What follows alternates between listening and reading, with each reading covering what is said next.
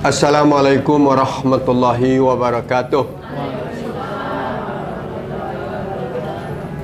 Alhamdulillahillazi anzalal Qur'an hudan linnasi wa bayyinatin minal huda wal furqan.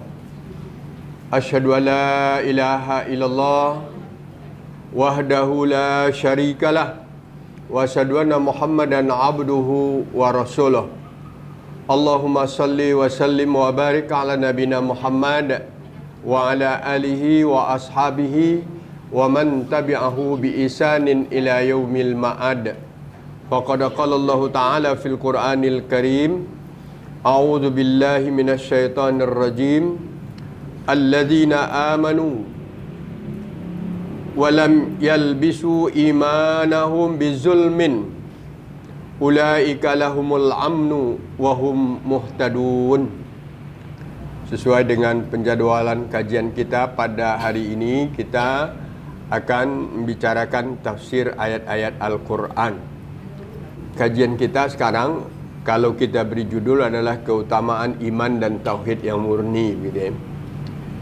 Dan ini kita ambilkan dari satu ayat dari surat Al-An'am ayat 82. Alladzina amanu,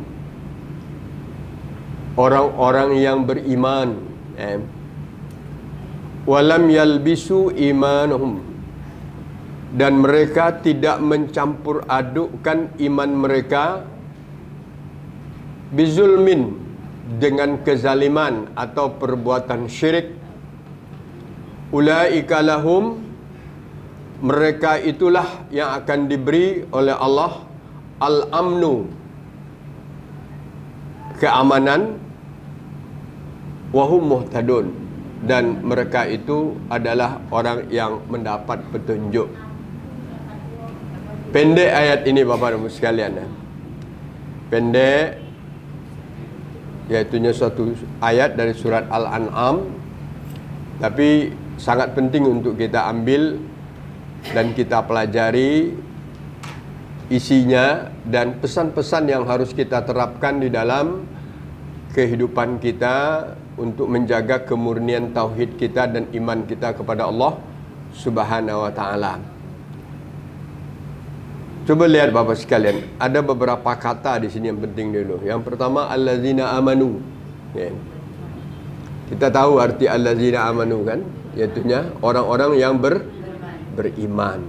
Dan insya-Allah kita berada pada posisi itu semua kan? Amin. Kita adalah orang-orang yang beriman. Dan itu adalah merupakan suatu keberuntungan yang luar biasa bagi seorang manusia kalau kata-kata iman sudah dipakainya. Dan akan menjadi kerugian besar kalau kata-kata iman itu tidak ada dalam diri kita. Kenapa Ibu dan Bapak sekalian? Kalau dengan kata-kata iman sudah tertanam dalam diri kita, tidak ada perbuatan kita, perkataan kita, tingkah laku kita, apapun yang kita perbuat, tidak ada yang tidak akan mendapat nilai di sisi Allah. Asal dia baik. Tapi kalau dia jahat, juga dapat nilai. Nilainya apa? Negatif ya. Tidak ada dari perjalanan hidup kita ini yang tidak ada makna. Kita berencana saja. Baru berencana tadi pagi, aku pagi hari ini ke pengajian pagi sore. Baru rencana kan? Kenapa ibu bapak sekalian? Kalau iman itu ada, baru berencana aja sudah ada nilai kebaikannya. Man hamma bihasanatin falam ya'malha kataballahu lahu hasanatan wahidah. Siapa saja yang ada kemauan, ada keinginan berbuat suatu kebaikan, kataballahu lahu hasanatan wahidah, dia sudah mendapat nilai 1. Berapa nilai 1 itu tidak tahu saya Bapak. Apakah 1 juta kan? Apakah 1 kilogram emas kan? Apakah 1 gram? Tapi Masya Allah, Rasulullah mengatakan hasanatan wahidah, 1 kebaikan. Wa in amila biha, sebaliknya apa? Jika dia dapat mengerjakannya seperti kita sekarang ini, kita sudah berencana dan kita sudah berusaha dan kita sudah pergi dan kita sudah hadir, maka Allah akan memberikannya nilai-nilai yang berlipat ganda, bukan hanya sekadar 10 tapi berlipat ganda.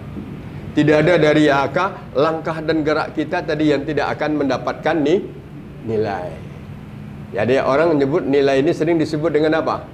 Pahala ya. Ya, apakah nilainya pahala, apakah nilainya yang lain? Karena kita tidak perlu pahala saja. Pahala memang kita perlukan, tapi di balik pahala itu ada lagi yang kita perlukan, ya.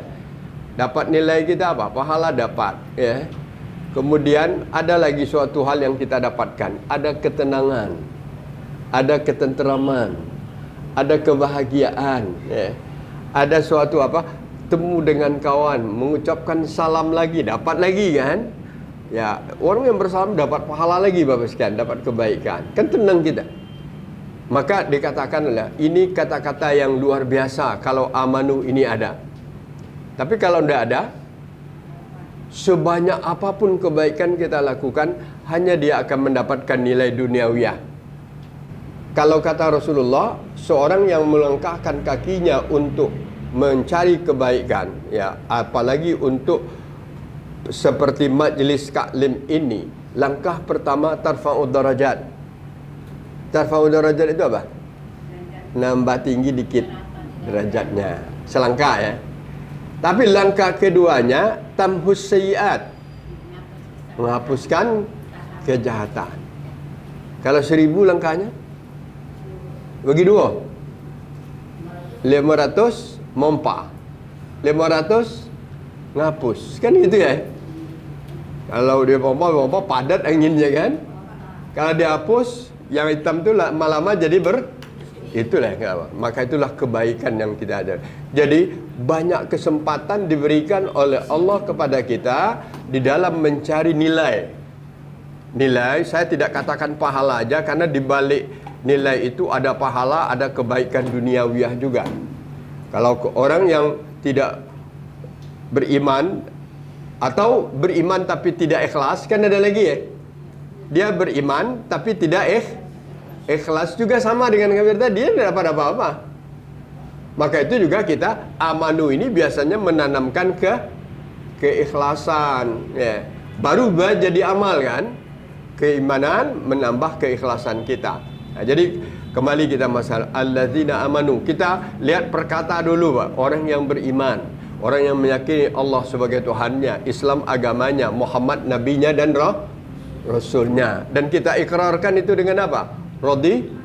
Raditu billahi robba. Terus wabil islami dina, wabi Muhammadin nabiyya wa rasul. Sederhana aja itu, tapi itu pahala itu. Kalau dapat saya katakan jangan tidak baca itu minimal 3 kali dalam sehari itu kan. Raditu billahi robba, wabil islami dina, wabi Muhammadin nabiyya wa rasulah. Sebagai itulah bukti memperlihatkan kita orang beriman. Allah Tuhanku, Islam agamaku, Muhammad nabi dan rasulku. Di sanalah Islam semuanya terfokus, ya. Islam itu kan terfokus begitu aja. Ajarannya sumbernya dari Allah dan namanya ajaran itu Islam, disampaikan oleh siapa? Oleh Nabi kita Muhammad sallallahu alaihi wasallam. Amanu. Nah, di dalam penerapannya amanu itu apa? Keyakinan. Apa? Keyakinan yang tertanam dalam hati kita. I'tiqad, keyakinan, tasdik, pembenaran hati, bukan pembenaran kepala aja. Yang membenarkan apa? Hati kita. Yang memikirkan baru apa? Otak kita. Kita fikirkan, dibenarkan oleh hati kita. Kenapa?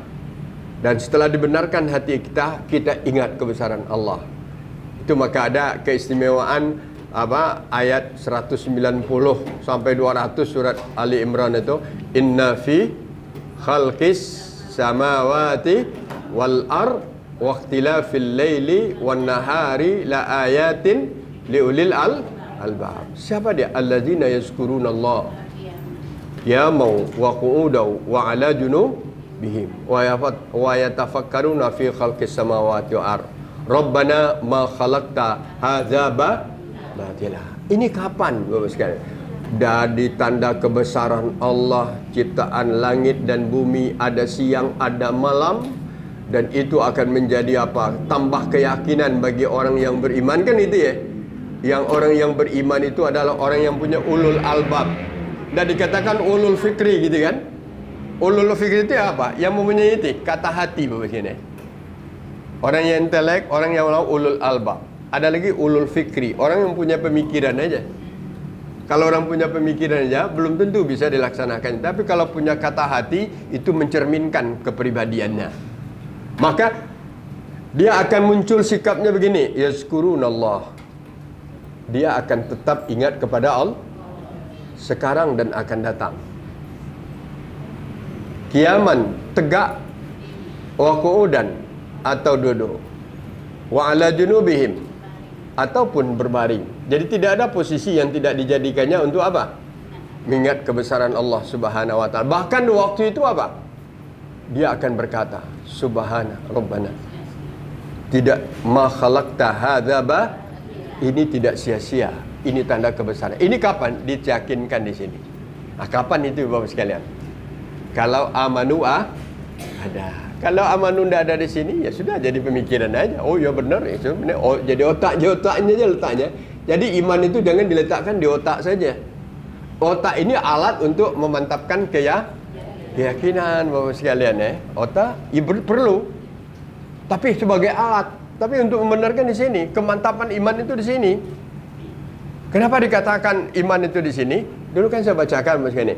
Wa qalatil a'rabu amanna qul lam tu'minu walakin qulu aslamna walamma yadkhulul imanu fi qulubikum. Berkata sekelompok orang Arab Badawi di Madinah ya. Ya Muhammad, kami orang beriman. Nabi heran, ini orang ini baru pertama kali bertemu. Dia sudah langsung mendakwakan dirinya beriman. Tapi tiba-tiba turun Jibril memberitahu. Qul, katakan kepada mereka ya Muhammad, lam tu'minu, kamu belum beriman. Walakin qulu aslamna, tetapi kamu katakan kamu sudah Islam. Kapan kamu beriman? Walamma yadkhulul imanu fi qulubikum. Kalau iman sudah masuk ke dalam itulah iman sekalian. Maka ada para ulama yang menyimpulkan begini, kalau iman sudah bersini, tasdiqun fil qalbi, dia akan diungkapkan dengan apa? Tasdik itu diungkapkan dengan keyakinan kemudian iqrarun bil lisan. Iqrar itu apa? Diikrarkan, ya. Diikrarkan dengan lidah. La ilaha illallah Muhammadar Rasulullah. Sudah itu apa? La ilaha illallah. Wa a'malu bil arkan. Dikerjakannya dengan arkannya adalah anggota tubuh kita. Jadi iman itu apa? Ada tertanam keyakinan di sini, ada pengucapan di mulut, ada pengamalan dengan anggota badan kita. Itu baru beriman. Itu alladzina amanu. Kalau itu ada, Bapak sekalian sudah modal masuk surga. Ya. Qala Rasulullah sallallahu alaihi wasallam, man syahida an la ilaha illallah wahdahu la syarikalah wa anna Muhammadan abduhu wa rasuluh. Aman sampai di sana ya. Dari Ubadah bin Somit, nama sahabat yang diridai Allah, dia berkata, dia mendengar Rasulullah berkata gini, man syahida alla ilaha illallah. Siapa yang bersahadat la ilaha sudah kita semua kan? Kenapa? Baru kita beriman. Kemudian apa? Wahdahulah, dia jaga itu dengan kemurnian tauhidnya. Wahdahu itu kemurnian tauhid. Esa tidak bersekutu. Kemudian apa? Diperkuat dengan wa anna Muhammadan abduhu wa rasuluhu. Wa Muhammad sebagai nabi dan rasul. Ini tiang pokok pertama. Kemudian biasanya ini akan untuk membantah sikap orang terhadap Tuhan, maka dilanjutkan wa anna Isa abdullah wa rasuluhu wa kalimatun alqaha ila Maryam wa ruhun minhu. Itu untuk mantapkan tauhid kita, meluruskan akidah kita bahwa Isa itu hanya hamba Allah, Rasul Allah, kalimatnya yang disampaikan, kata-kata, ungkapan kata yang disampaikan oleh Allah kepada Maryam, dan ruh yang diberikan oleh Allah. Kenapa gitu? Kata-kata ini penting untuk membendung agar orang-orang Nasrani tidak menyelewengkan keyakinan kita tentang Nabi Isa. Nabi Isa itu apa? Dia tetap hamba Allah. Ya, itu sama dulu. Nabi Muhammad siapa? Hamba Allah. Nabi Isa hamba Allah. Apa bedanya keyakinan kita dengan Nasrani? Kita mengatakan Nabi Muhammad hamba Allah, Nabi Isa hamba Allah. Nabi Muhammad anak manusia, Isa anak manusia. Nabi Muhammad Rasul. Terus Nabi Isa juga roh. Coba bedakan dua kata ini. Oleh orang Nasrani apa? Isa adalah kasih sayang Allah kepada umatnya, mengirim anaknya bernama Isa. Dan dia bukan Rasul, tapi dia apa? Anak Tuhan. Kan beda ya? Itu membantah mungkin ya. Wa kalimatun alqaha ilaiha. Dan Isa itu adalah kalimat yang dikatakan oleh Allah kepadanya, kepada Maryam. Kenapa? Karena kelahirannya berbeda. Karena dia lahir tanpa ayah. Karena dia berada, karena ada ungkapan kata-kata daripada Allah, kun fayakun. Ya. Kalau apa bedanya, kalau boleh dibedakan antara Nabi Muhammad, cuma Nabi Muhammad ada ayahnya bernama Abdullah, ibunya bernama Aminah. Kalau Isa, ibunya bernama Maryam, ayahnya tidak ada. Kenapa itu bisa? Innama amruhu iza arada syai'an ayyakula lahu kun fayakun. Kenapa? Itu urusan Allah. Itu urusan Allah. Innama amruhu. Umur itu urusan Allah. Iza arada itu apa? Kalau dia ingin. Isa ada itu di saat Maryam berada dengan sunyi, datang malaikat membawa berita. Ya Maryam, hai Maryam, aku memberikan kabar gembira kepadamu bahwa kamu akan mendapatkan seorang anak. Memekik Maryam di waktu itu. Anna yakunu li walad. Hai, bagaimana aku nak mendapatkan anak? Walam yamsasni basar. Jangankan aku kawin, jangankan aku punya suami, bersentuhan kulit saja dengan manusia belum pernah. Bersentuhan kulit dengan manusia tidak pernah dia, karena dia setelah lahir dipelihara oleh Nabi Zakaria, ditaruh di mihrab. Mana? Dijawab oleh mereka, itu sangat mudah bagi Allah. Kalau dia ingin innama ayyakula lahu kun, itu maka dikatakan bahwa Isa itu adalah kalimatun alqaha ila Maryam, suatu ungkapan kata yang dikatakan oleh Allah kepada Maryam, seorang gadis yang suci, yang qanitah, yang solehah. Dikatakan engkau akan dapatkan beranak, itu mudah bagi Allah. Innama amruhu, kalau urusan Allah, kun fayakun. Beberapa hari setelah itu Maryam menunjukkan tanda-tanda kehamilan. Silakan dibaca sejarahnya ya. Dan kita iman itu kan, tidak boleh kita diragukan. Mana masuk akal kan Sekarang kan bisa kata dia apa? Kamu nanya, kenapa? Mana masuk akal seorang perempuan tidak pernah ketemu dengan manusia, tidak pernah kawin, tidak pernah berhubungan kok dapat anak? Tidak mungkin. Tapi apa? Itu bukan kehendak dia.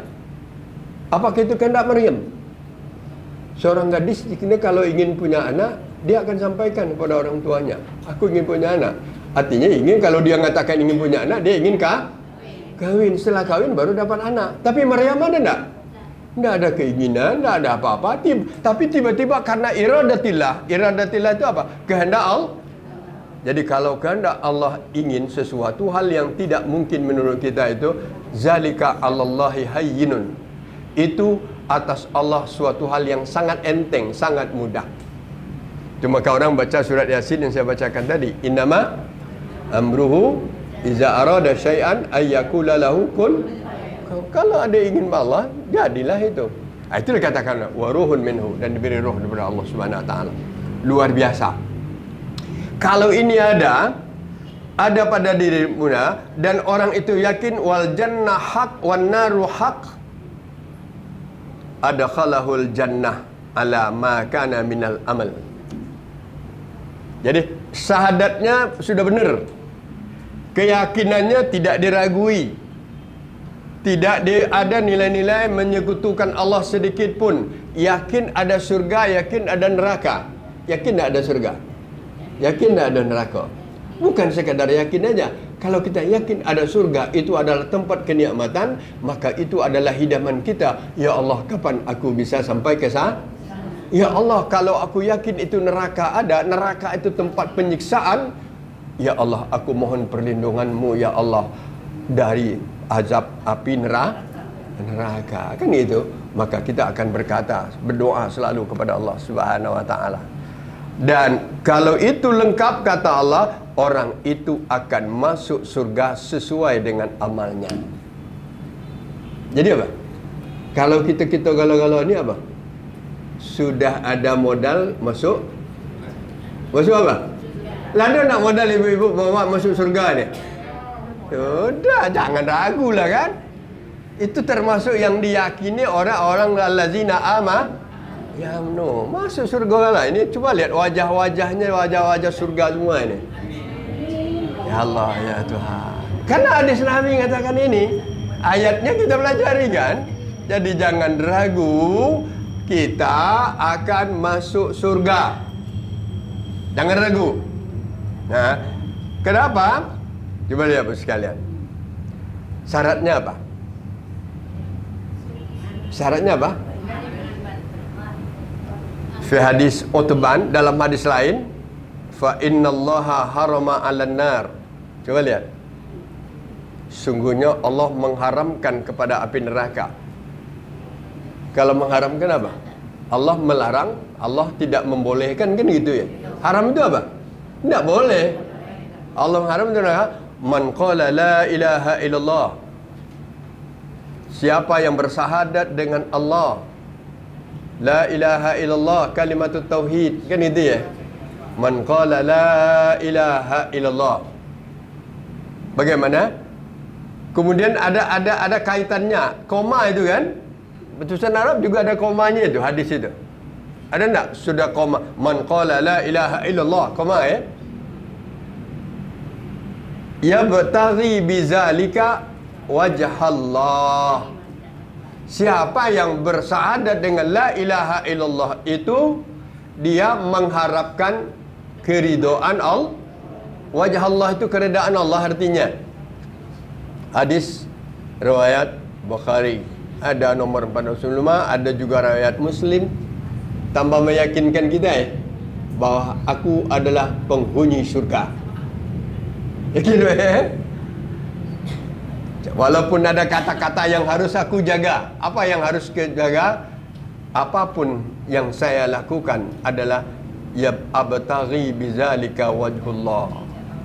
Saya mencari ridha Allah. Kenapa anda hadir kepada pagi sore?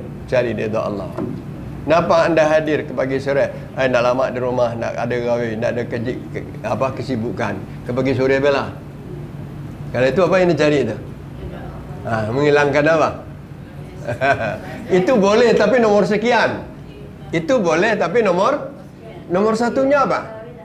Abtaghi wajh Allah. Saya mencari ridha Allah. Kenapa? Karena di pagi sore itu yang dikaji hanya ayat-ayat Allah dan hadis-hadisnya Rasulullah yang diformat menjadi nilai-nilai ajaran Kalau sudah begitu, kalau di belakang itu sudah sambil balik aku nak beli rendang agak 3 bungkus, bisa kan? Berarti itu boleh tak? Ya, alhamdulillah kalau aku pergi sore ketemu dengan kawan lama, boleh tak? Boleh. Pagi sore juga alhamdulillah aku tidak risau lagi. Daripada bermenung-menung di rumah, di sana bisa lah kan? Itu boleh, tapi nomor berapa? Nomor sekian. Maka nomor satunya apa? Ya bataghi bizalika, aku harapkan dengan itu. Bizalika itu dengan itu. Wajah Allah. Agar kenapa ketemu wajah Allah? Karena wajah Allah itu akan ketemu dengan kita di alam surga nanti. Tidak ragu sebagaimana kita melihat bulan purnama tanggal 15 malam. Jadi kalau tidak melihat wajah Allah di dunia tidak akan dapat. Yang didapat apa? Ayatihi. Yang dapat apanya? Tanda tanya. Wa min ayatihi an khalaqalakum min anfusikum azwaja, ya. Wa min ayatihi khalqis. Banyak ayatihi itu. Jadi kalau di dunia nak melihat Allah tidak bisa. Yang anda kita lihat apa? Ayatihi. Apa tanda-tandanya? Apa tanda-tandanya? Kok hari siang? Kok hari malam? Kok hari hujan? Gitu ya? Bisa anda dijawab, kok hari hujan? Secara teoritis ilmunya bisa. Itu karena peredaran angin, karena apa, embun dan lain sebagainya. Itu ada penyebab hujan. Tetapi siapa yang bisa mengatur? Tidak bisa, kecuali Allah. Sebentar lagi, hari baru sekarang, baru siang. Baru 4 jam. Kurang dari 4 jam kan? Baru sekian jam. Tapi kira-kira 8 jam lagi dia akan gelap. Siapa yang bisa menggelapkan? Allah. Ayatihi. Maka dikatakan, inna fi khalqis samawati wal ard wa ikhtilafil laili wan la ayatin. Kan nampak tak? Ciptaan langit dan bumi, perubahan siang, la ayatin, di antara tanda-tanda. Jadi tidak seperti apa keinginan Firaun, tidak seperti keinginan orang Quraisy, ya Muhammad. Bagaimana apa? Kalau Tuhan kami ini jadi bentuknya. Bagaimana benarnya bentuk Tuhanmu itu? Amin zahab, amin fiddah. Apakah terbuat dari emas atau perak? Tahu tak pertanyaan orang Quraisy kepada Nabi? Ya Muhammad, hai Muhammad, kamu ini tidak mau berhenti juga mengajarkan Tuhanmu. Siapa benar Tuhanmu yang sebenarnya?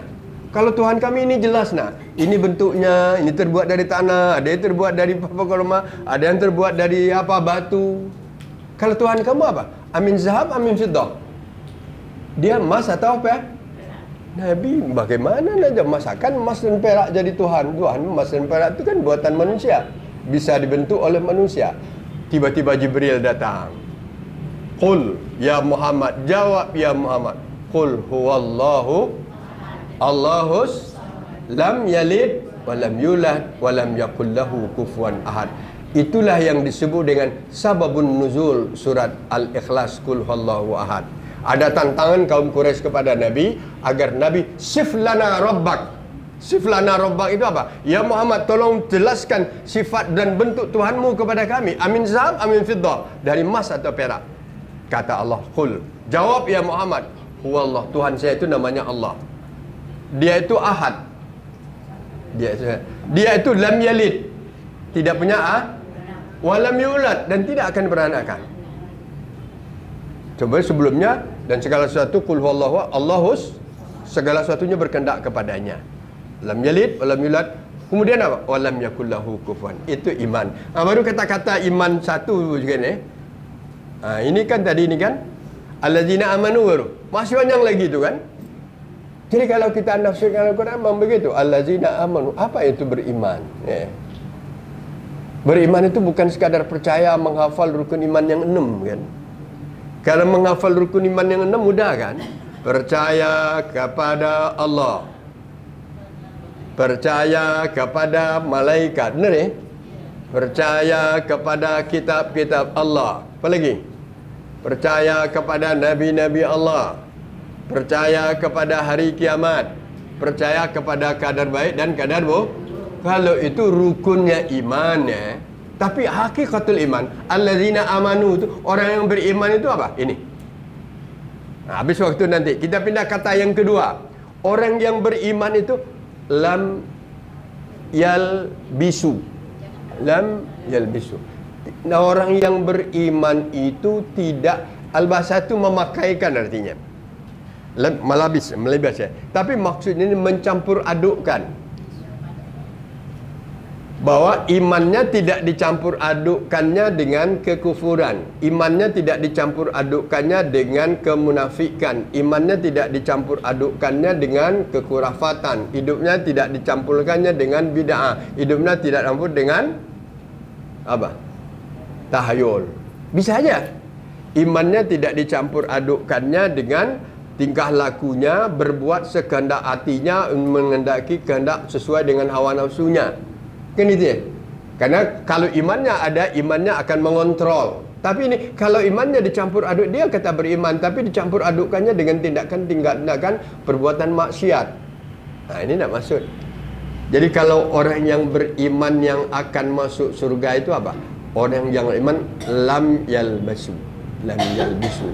Dia tidak mencampur adukkan. Apa yang tidak campur adukkannya?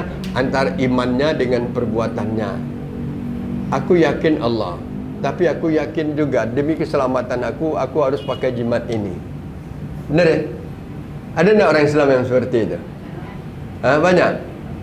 Aku yakin Allah Tuhanku, Allah lah yang apa? Yang bisa menyembuhkan aku. Iza maridtu fahuwa yasfini. Kalau aku sakit, dia lah yang bisa menyembuhkannya. Tiba-tiba anaknya sakit. Oh, ya, anak sakit. Dan datang ke dokter, tidak juga sehat. Akhirnya apa? Mungkin buyutnya lah manggil, lama aku nak ngantar ke sana. Kebetulan besok dibelinya ayam, dibelinya jeruk, dibelinya apa-apa, dia antarnya lah 3 hari balik berobat kepada Allah, balik ngantar anaknya sehat. Ionian katanya kan. Ada tak yang seperti itu di masyarakat kita? Jadi kalau kita tak ada kan, alhamdulillah. Ini lam yalbisu imanahum. Keimanannya itu tidak dicampur adukkannya. Kalau kita makanan-makanan seenak apapun, minuman seenak apapun, kemudian dicampur dengan yang tidak pakaiannya, bagaimana rasanya? Enak kan? Sama dengan apa? Seenak apapun makan itu, kalau diselipkan ke dalamnya racun sedikit mana? Itu sama artinya ya. Jadi orang yang beriman, kalau dicampurkan perbuatannya dengan nilai-nilai kesyirikan, sama dengan itu. Sama dengan apa? Tidak usah dicampurkan, kadang bercampur aja. Terdengar naik ibu sekalian minggu yang lalu, ada acara pengajian Maulid Nabi di mana di TV kan dengar ya. Tiba-tiba ada yang menyerahkan makanan, sudah makanan 100 orang sakit semua. Padahal makanannya makanan bagus yang ditaruhkannya kan. Tapi di dalamnya apa? Bercampur dengan apa? Ada nilai-nilai yang sudah menjadi racun. Akhirnya rupanya makanannya itu sudah kadaluarsa. Kadaluarsa itu apa? Sudah habis masa tenggang boleh dimakan. Mestinya dimakan sampai tanggal sebelum tanggal 5 Oktober, tapi padahal berlalu bulan Agustus yang lalu masih disuguhkan karena tidak ada apa-apanya. Masih bagus bentuknya. Akibatnya apa? Berbahaya. Itu satu contoh keduniaan. Kalau masalah dunia saja kalau dicampurkan yang baik dengan tidak baik, jadi apa dia? Tidak baik. Apalagi masalah keislaman. Maka katakan alladzina amanu wa lam yalbisu imanahum. Tidak mencampur adukkan keimanannya itu, apalagi kalau dicampurkannya bizulmin. Dicampurkannya dengan apa? Dengan zalim. Apa coba lihat, kita lihat zalim sekian ya. Zalim dalam Al-Quran itu begini. Makna zalim. Minimal ada, sini 3 yang saya tulis, minimal ada 4. Zalim itu secara bahasa artinya apa? Menganiaya. Kalau menganiaya itu merugikan orang lain. Tiba-tiba orang tidak bersalah, kita tampar aja dia. Ngapa dia? Dia marah dia. Karena dengan dia, kenapa saya tampar ya? Atau kita lakukan sesuatu yang merugikan dia kan? Itu zalim. Itu secara bahasanya zalim. Mengambil hak orang lain, merugikan hak orang lain, mengganggukan hak orang lain. Itu tidak boleh. Dan itu kata Rasulullah, ini haram kata Allah, kata Rasulullah sesuai dengan firman Allah dalam hadis qudsi, inni haram tu zulma ala nafsi fala tazalamu. Aku mengharamkan kepadaku zalim itu terhadap diriku, dan Allah tidak pernah berbuat zalim ya. Fala tazalamu, kamu tidak boleh saling berbuat zalim. Satu makna ya. Pernah tak kita berbuat zalim kan? Pernah tak? Dah saya jawab bu ya. Dah saya jawab ya. Pernah tak saya berbuat zalim? Tak usah jawab. Kadang-kadang menurut kita tidak berbuat zalim, tapi menurut orang apa? Kalau kata-kata orang tua-tua kita itu, kita salah nak nampak oleh diri kita, tapi nampak oleh diri orang lain. Jadi itu dinasihatkan betul oleh orang tua sekalian. Kita memang menurut kita tidak salah, tapi salah menurut orang lain. Maka oleh karena itu, menurut bahasa Pak Haji Kurdi, lakukanlah lama di awak ketujuh orang. Itu bahasa tinggi tu sekalian. Apa lama dia awak ketujuh orang? Kalau itu sifatnya hablum minan nas. Enak menurut diri kita, senang orang melihatnya, itu bagus sekalian. Tapi kalau kita berbuat, diri kita lemah, terserah kepada kamulah kan. Sudah jelas semua tetangga kita apa, tiba-tiba WC kita bocor anunya banyak, subsitingnya dilepaskan aja keluar ke rumah itu apa? Bagi ibu lemak, bagi tetangga tadi apa? Bawa apa ini? Ya bisa aja kan? Nah lemak bagi orang lain kan? Maka itu kembali kita kata-kata tadi bu sekalian, jangan sampai kita mengarah kepada perbuatan yang minim, yang kecil nilainya adalah merugikan orang lain. Tapi ada yang lebih besar lagi apa? Yang kedua maknanya apa? Zalim itu maknanya berbuat dosa. Kalau tadi kepada orang lain, tapi ada zalim terhadap diri sendiri. Kira-kira bapa dan ibu pernah tak zalim terhadap diri sendiri? Mengaku baik bapak sekalian. Tidak ada di antara kita ini yang tidak menzalimi diri kita. Kenapa? Menurut bapa dan ibu dari dulu sampai sekarang pernah nak melakukan sesuatu hal yang bernilai dosa? Pernah tak? Pernah kan? Ngaku baik, kenapa apa dosa itu? Karena terhadap diri kita kan, saya lah pernah melakukan diri terhadap diri. Karena itu adalah, kalau itu saya lakukan maka saya berdosa.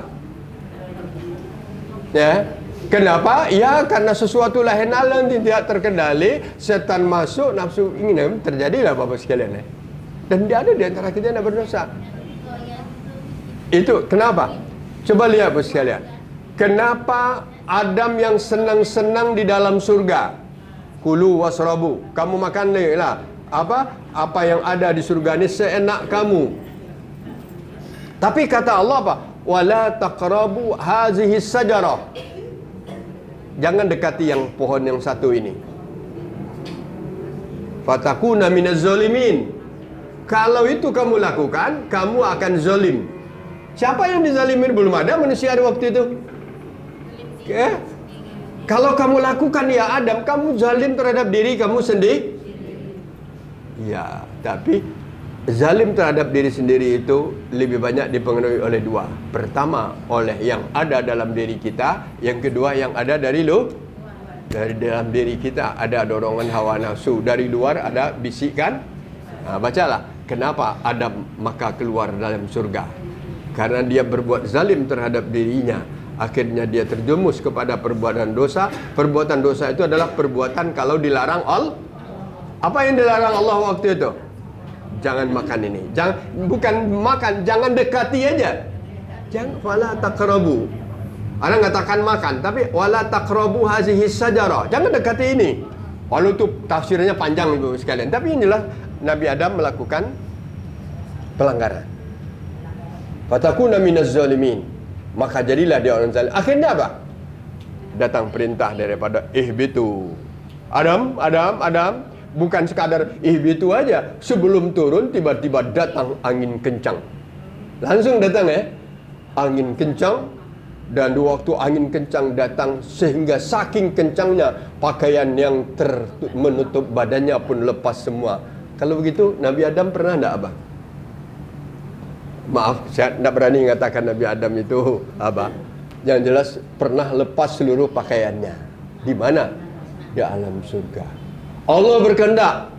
Tiba-tiba di tengah angin kencang itu ada daun yang besar. Waktu itulah dia menutup apa? Bahagian tubuhnya yang dilihat malu. Dan di waktu itulah fatalaqqa Adam. Maka di waktu itulah Adam menerima wahyu daripada Allah Taala, atau tiba-tiba Rabbana zalamna anfusana wa illam taghfir lana wa tarhamna lanakunanna minal khasirin. Ngaku dia kan? Rabbana zalamna anfusana. Ya Allah, kami sudah zalim terhadap diri kami. Wa illam taghfir lana, kalau kau nak ampuni ya Allah dan kau nak kasih rahmat kami, lanakunanna minal khasirin, kami tetap dalam keadaan rugi. fataba alaih, maka Allah menerima taubatnya. Maka itu dikatakan kata-kata itu adalah kata-kata tobat manusia pertama. Ungkapan tobat manusia pertama apa? Rabbana. Dan ini doa ibu-ibu apa sekalian, jangan ditinggalkan, setiap hari bacalah. Ya. Yeah. Bukan Rabbana atina fid dunya hasanah aja, termasuk Rabbana zalamna anfusana wa illam taghfir lana wa tarhamna lanakunanna minal khasirin. Karena dalam hari ini ya Allah, aku sudah menganiaya diriku. Aku tadi sedang solat, ada aja yang terpikir, ya. Atau ada aja perbuatan yang apa? Gitu ada kan? Maka di tengah, apalagi kalau dia terbangun tengah malam, dia katakan Rabbana zalamna anfusana wa illam taghfir lana wa tarhamna lanakunanna minal khasirin. Sangat bagus. Nah, itu arti yang kedua, zalim. Jadi arti pertama apa? Zalim adalah merugikan hak orang lain. Zalim adalah merugikan diri sendiri. Dan itu akan disebabkan menimbulkan dosa. Itu satu. Tapi ada makna zalim yang lain, sekalian. Zalim yang lain apa? Makna zalim yang lain yaitunya setelah ayat ini turun, tiba-tiba sahabat datang kepada Nabi, ya Rasulullah, tidak ada di antara kami ini yang tidak lam yalbisu imanahum bizulmin. Tidak ada di antara kami ini yang tidak zalim, tidak ada di antara kami tidak dosa ya Allah. Apa maksudnya yang sebenarnya ya Allah?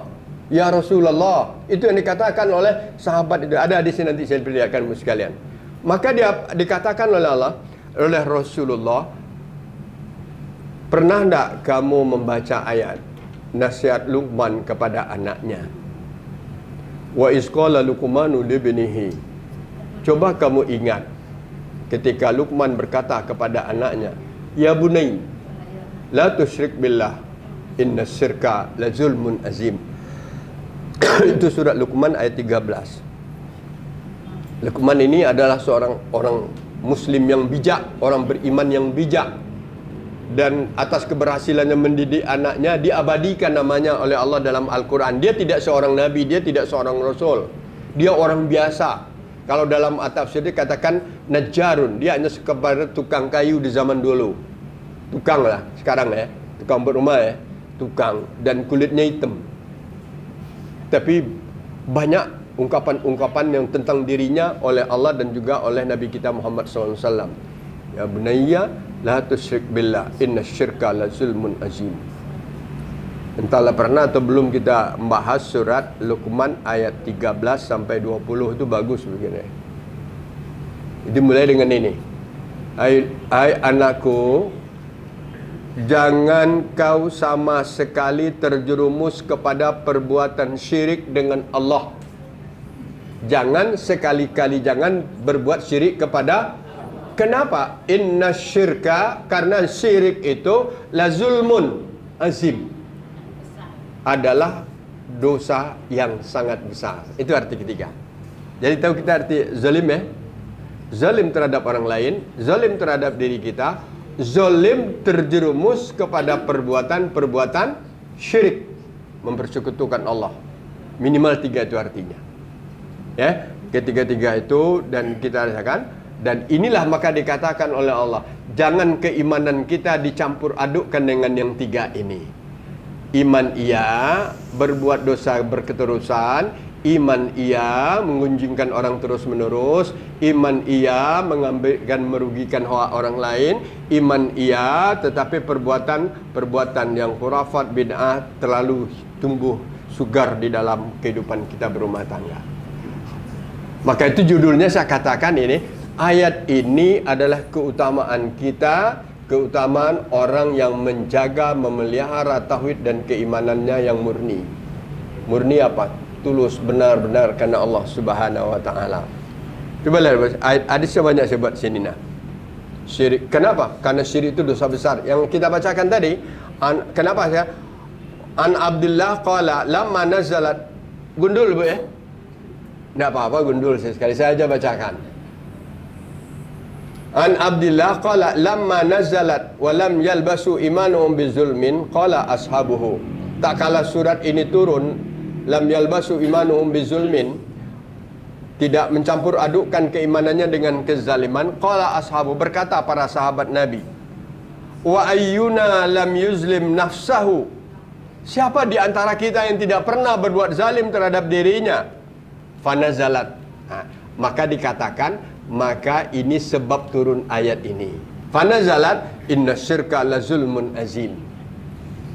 Luqman wa qala al-Imam Ahmad hadatsana Abu Muya wa ada Amas Ibrahim an Alqamah, itu tidak perlu. Lama nazalat hazihil ayah allazina amanu wa lam yalbisu imanahum bizulmin saqa 'alan nas wa qalu ya Rasulullah fa inna la yuzlim nafsahu, mana ada orang yang tidak zalim terhadap dirinya? Qala innahu laisa allazi ta'nun, ini maksudnya bukan apa yang kamu maknai. Alam tasma'u ma qala al-'abdus saleh, pernahkah kamu, apakah kamu tidak pernah mendengar apa yang diungkapkan oleh seorang hamba soleh? Itulah ayat saya bacakan tadi. Ya bunayya la tusyrik billah inna syirka la zulmun azim. Terus ini panjang sekalian karena waktu tidak usah dibacakan. Ini bagaimana kaitannya masih dengan ayat tadi. Perkuat ini juga memperkuat banyak ini Bapak sekalian. Apanya Allah Subhanahu wa taala mengingatkan kepada kita bagaimana kezaliman itu akan merusak keimanan. Kalau kita baca panjang Ibu sekalian. Nah, kita lanjutkan ke sini aja. Karena harilah jam 9 ya. Qala Rasulullah sallallahu alaihi wasallam. Oleh karena itu coba kita ingat hadis Rasul ini. Di belakangnya kan ada, kalau kita tidak mencampur adukkan keimanan kita dengan kesyirikan, ada janji Allah, ulaika lahumul amnu wa hum muhtadun. Kan itu ayatnya tadi ya. Halo Bu, ya? Benar tak? Kita sekali lihat pertama lagi.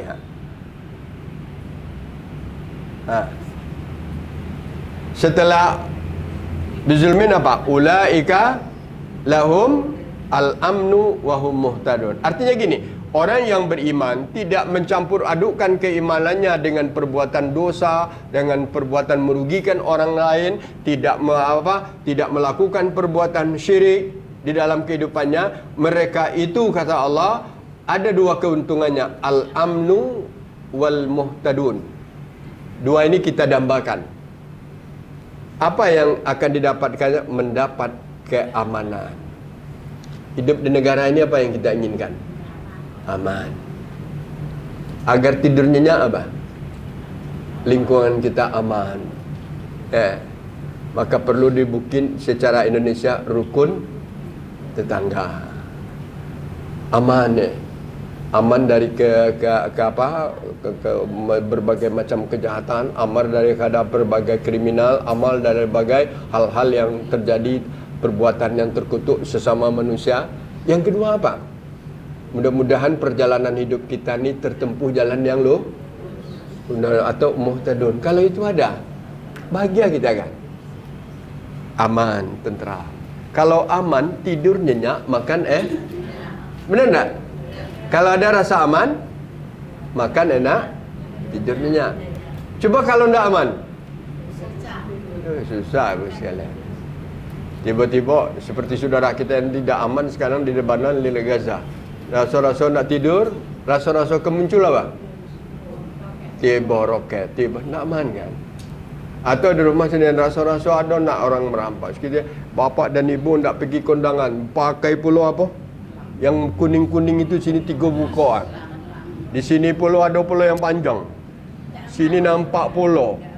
Jalan kira-kira sepi. Apa suara itu? Dia kiri kanan ada nak orang, ada nak. Aman tak? Aman. Itu kan ada. Itu contohnya apa? Kalau tidak aman itu apa langsungnya? Ke sini perginya, ini nak tenang, ini darah kita jadi apa? Tak normal. Na'udzubillah min dzalik. Jadi carilah kehidupan yang membawa rasa-rasa aman. Apa syaratnya? Mantapkan keimanan. Jangan campur adukkan dengan kezaliman. Apa? Wa ulaika humul muhtadun. Mereka itu aman dalam petunjuk. Tidak, kita lihat lagi. Mana yang apa tadi? Muhtadun tadi. Kita lihat dalam. Apa artinya? Rasulullah sallallahu alaihi wasallam pernah bersabda, barang siapa yang diberi oleh Allah lalu bersyukur dan barang siapa yang dicegah oleh Allah atau dia bersabar, dan barang siapa yang berbuat aniaya lalu minta ampun. Kalau dapat bersyukur. Kalau ada sesuatu hal yang tidak boleh dilakukan tapi keinginan, sabar kan. Oh ya, naknya ku ini, tengok duit dah cukup, sabar kan. Ya. Atau sesuatu hal yang apa, ini bagus, ini apa, tapi sabar. Ya. Tapi kadang-kadang apa? Kadang-kadang ada juga namanya manusia. Ada salah. Salah pikir, salah lihat, salah tingkah, bisa enggak? Salah kita apa? Salah pikir, salah ngomong, salah lihat. Yang susah apa? Salah tingkah. Yang salah-salah itu mana akibatnya? Bisa menimbulkan dosa. Maka kata Allah, barang siapa yang berguna lalu dia minta ampun, Allah, maka Allah akan memberi maaf. Tapi kalau dia tidak minta ampun, maka itu beberapa sekalian, kita itu dianjurkan sepanjang waktu untuk tetap memperbanyak istighfar. Astagfirullah. Maka kenapa kok Nabi dikatakan aku minta ampun dan bertobat kepada Allah dalam sehari itu minimal 70 kali? Karena dari ini sangat sulitlah. Sangat sulitlah di antara seseorang manusia itu yang terbebas total ya. Terbebas total dari nilai-nilai akan menimbulkan salah atau zalim terhadap dirinya. Maka kalau dia sudah lakukan ini, maka kata Allah selanjutnya apa? Ulaika lahumul amnu. Orang itu akan merasa aman. Orang itu akan mendapatkan petunjuk. Apa? Dapat petunjuk. Inilah yang harus kamu lakukan, inilah sikap kamu, inilah perbuatan kamu, mudah-mudahan kamu selamat. Kan gitu sekalian ya. Jadi terakhir ini. Ini sekalian. Terakhir ringkasnya ini, orang-orang yang beriman tidak akan mencampur adukkan dan tidak mencampur keimanannya dengan kelalimannya, yakni kemusyrikan. Demikian juga menurut penafsiran tersebut di bawah hadis Bukhari dan Muslim, mereka itu adalah orang-orang yang mendapat keamanan dari siksaan dan mereka lah orang yang mendapat petunjuk. Kita kembali kepada asal ibu-ibu dan bapak sekalian. Mudah-mudahan kita tergolong orang yang ini. Apa? Bahwa dengan keimanan yang kita miliki, keimanan yang murni, kita akan mendapatkan apa? Keberuntungan, keutamaan. Keutamaan itu kan beruntung kita. Fadlullah. Ya. Mana hadisnya ya? Hadis Uthman, fa innallaha harama 'alan nar. Allah mengharamkan atas orang-orang atas neraka man qala la ilaha illallah. Siapa yang yakin dengan la ilaha illallah? Koma sana. Kapan neraka itu haram membakar orang-orang yang mengucapkan la ilaha illallah? Kalau orangnya itu di dalam hidupnya, di dalam amalnya, di dalam tingkah lakunya, ya betari bizalika wajhallah. Kalau dia mengharapkan itu wajah Allah. Wajah Allah itu mengharapkan keridhaan Allah. Apa yang dilakukannya Allah senang. Apa yang diperbuatnya Allah senang. Sekarang kalau dia korupsi, Allah senang tak? Dah, dia lah tahu Allah tak senang, apa dia buatnya juga kan? Kalau dia berbuat zalim, Allah senang tak? Tidak. Maka kata-kata ini memang pendek. Ya betari bizalika wajhallah. Dia mencari wajah Allah. Dia melakukan sesuatu, dia pertimbangkannya dulu, dia pikirkannya, dia rasakannya, ini benar enggak, ini salah enggak? Ya gitu ya. Sudah, oh Allah tidak senang, tinggalkan. Allah senang, lakukan ya. Allah senang kita baca Al-Quran, baca Al-Quran. Allah senang kita bersedekah, kita bersedekah. Allah senang katakan subhanallah walhamdulillah wa la ilaha illallah wa akbar, kita lakukan. Tapi kalau orangnya itu apa? Melakukan sesuatu, ya saya susah dunia ini, banyak kebutuhan. Ya, kalau harapkan gaji dia tidak cukup ya. Maka dia mencari apa? Cari akal. Bagaimanalah ini bisa dianukan, ini bisa dianukan. Maka dilakukanlah penyelewengan. Korupsi itu kan penyelewengan. Maka akibatnya apa? Terjerumus. Allah tidak senang kan? Maka tidak cocok dengan hadis ini. Tetapi ada hadis yang lain mengatakan, siapa yang pernah memaksudkan la ilaha illallah, seolah akan masuk surga. Tetapi setelah ditimbang amalnya yang mengharapkan wajah Allah ini lebih sedikit. daripada yang mengharapkan raja Allah, maka kembali kepada surat Al-Qari'ah. Fa amma man sakulat mawazinuhu fa ummuhu hawiyah. Wa amma man khaffat mawazinuhu fa ummuha. Kalau berat timbangan kebaikannya, artinya yang jahat sedikit masih bisa dihapus, dimaafkan oleh Allah. Itulah kalau istilahnya itu dapat dengan syafaat Nabi, hilang dia kan, dengan rahmat Allah hilang dia, begitu kan. Tapi kalau yang lebih berat itu apa? Yang lebih berat yang apa? Yang kejahatannya tadi, yang zalimnya tadi, maka fa ummuhu, terpaksa balik ke tempatnya dulu. Hawiyah, hawiyah itu adalah api yang membakar dengan panas. Tapi ada hadis yang lain dengan syafaat Nabi kita Muhammad sallallahu alaihi wasallam di saatnya tapi entah kapan. Di saatnya masih ada harapan, karena dia dulu masih tercatat sebagai orang Islam yang berkeyakinan dengan la ilaha illallah. Tetapi karena dia terpengaruh dengan hawa nafsunya dan dia tidak bisa mengendalikan dirinya, maka dia dimasukkan dulu ke dalam neraka. Kemudian mudah-mudahan dengan syafaat Nabi kita Muhammad SAW, dengan keimanan yang dimilikinya, dia akan keluar dari itu. Jadi tapi jangan pula berprinsip. Yang penting kan kalau kita orang Islam ini adalah pasti masuk surga. Kalau masuk neraka sebentar tak apa-apa kan. Jangan. Itu tidak salah sekali. Karena masuk neraka itu tidak pernah sebentar. Dan masuk neraka itu apa? Jangan dikira 1 jam 2 jam. Jangan dikira sesuai dengan hukum pengadilan. Ditetapkan melanggar pasal sekian, maka hukumannya adalah penjara selama 3 tahun 4 bulan. Jika begitu, tak apa-apa lah 3 bulan daripada 20 tahun. Jangan pula seperti itu. Jangan pula ada di antara kita, tak apa-apa lah masuk neraka sebentar, yang penting kita masuk surga. Ada tak yang prinsip seperti itu? Na'udzubillah. Jangan sama sekali berprinsip tak apalah masuk neraka walaupun bakal masuk surga juga. Jangan. Sedangkan apa? Neraka yang paling apa? Yang paling ringan aja sepatu dari apa? Api. Itu tidak. Jadi kalaupun apa, neraka itu 1 hari umpamanya atau 2 hari atau sepekan, tapi kata Allah, yaumin ka alfi sanatin mimma ta'udun. Suatu hari itu bagaikan 1000 tahun sesuai dengan hitungan kamu. Na'udzubillah Saya rasa itu Jadi ada harapan, tapi tetap dengan syarat ada syafaat dari Nabi kita Muhammad SAW. Itu maka kita disuruh memperbanyak selawat kepada Nabi, terutama di saat mendengar namanya. Allahumma shalli ala Muhammad. Itu syafaat. Karena syafaat Nabi itu sangat banyak. Silakan Pak Sekarang ni. Orang yang banyak hasil korupsi banyak, dia dah raja. Sekarang dia bertobat. Bagaimana dengan harta-harta itu? Ya. Saya dia mau sumbang masjid, mau ini.